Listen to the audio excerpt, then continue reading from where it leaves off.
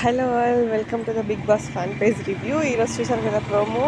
సాయికి అయితే లైక్ ఒక గేమ్లో పార్టిసిపేట్ చేసినప్పుడు, ట్రైన్ గేమ్లో పార్టిసిపేట్ చేసినప్పుడు సాయి విన్ అయ్యాడు.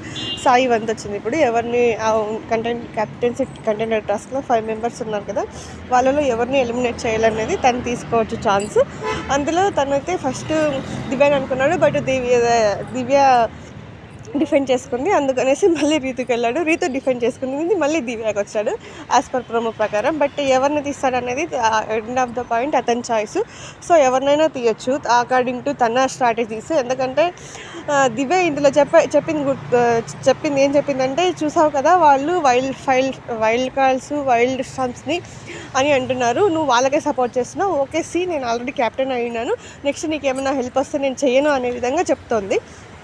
బట్ చూడాలి ఫైనల్ కాల్ ఎవరిని తీసుకుంటాడనేది. నాకు తెలిసినంత వరకు రీతూనే తీసుకుంటాడు అనుకుంటున్నా, బట్ చూడాలి. నా అకార్డింగ్ టు మై అనాలిసిస్ దివ్యాని తీస్తాడనుకుంటున్నా, బట్ రీతుని తీయచ్చు. తనకి ఏమనిపిస్తుందో తన ఫైనల్ కాల్ అనేది తన ఇష్టం అనమాట. తను ఎవరినైనా తీయచ్చు. ఎందుకంటే ఒక్కొక్కరు మైండ్లో ఒక్కొక్కటి ఉంటుంది కదా, మనం ఎంత డిఫెండ్ చేసుకున్నా అట్ ద ఫైనల్ కాల్ తన